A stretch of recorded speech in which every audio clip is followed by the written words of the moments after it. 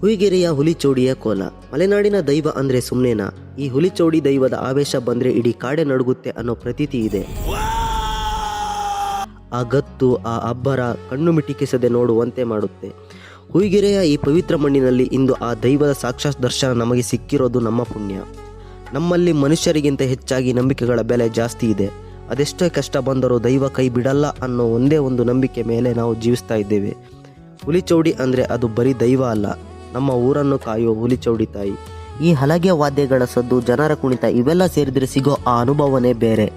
ಹುಯಿಗೆರೆಯ ಈ ಮಣ್ಣಿನ ಶಕ್ತಿ, ಹುಲಿಚೌಡಿಯ ಆಶೀರ್ವಾದ ಎಲ್ಲರ ಮೇಲೆ ಇರಲಿ. ಹುಲಿಚೌಡಿಯ ಆವೇಶಕ್ಕೆ ಆ ಕೊಳ್ಳಿಯ ಕಿಡಿಗಳೇ ಸಾಕ್ಷಿ. ಆ ಬೆಂಕಿಯ ಉರಿಗಿಂತಲೂ ಆ ದೈವದ ಶಕ್ತಿ ದೊಡ್ಡದು ಅನ್ನೋದಕ್ಕೆ ಈ ದೃಶ್ಯಗಳೇ ಸಾಕ್ಷಿ. ನೋಡಿ, ಕಣ್ಣು ಮಿಟುಕಿಸದೆ ನೋಡುವಂತೆ ಮಾಡುವ ಈ ಸೌಂದರ್ಯ ನಮ್ಮ ಮಲೆನಾಡಿನ ಸಂಸ್ಕೃತಿಯ ತಾಕತ್ತು. ಇವತ್ತಿನ ಈ ದಿನ ನನ್ನ ಮನಸ್ಸಿನಲ್ಲೇ ಹಾಗೆ ಉಳಿದು ಬಿಡುತ್ತೆ. ದೈವದ ದರ್ಶನ ಮಾಡಿ ಮನಸ್ಸು ಹಗುರ ಆಯಿತು. ನೀವು ಕೂಡ ಒಮ್ಮೆ ಹುಯಿಗೆರೆಗೆ ಬಂದು ಈ ದೈವದ ಆಶೀರ್ವಾದ ಪಡ್ಕೊಳ್ಳಿ ಅಂತ ಕೇಳ್ಕೊಳ್ತೀನಿ. ನಮ್ಮ ಮಲೆನಾಡಿನ ಈ ಅದ್ಭುತ ಸಂಸ್ಕೃತಿ ಯಾವತ್ತೂ ನಶಿಸಿ ಹೋಗಬಾರ್ದು ಅಲ್ವಾ? ಫಾಲೋ ಮಾಡ್ಕೊಳ್ಳಿ, ಇಂಥವೇ ವಿಡಿಯೋ ತರ್ತೀನಿ ನಿಮಗಾಗಿ.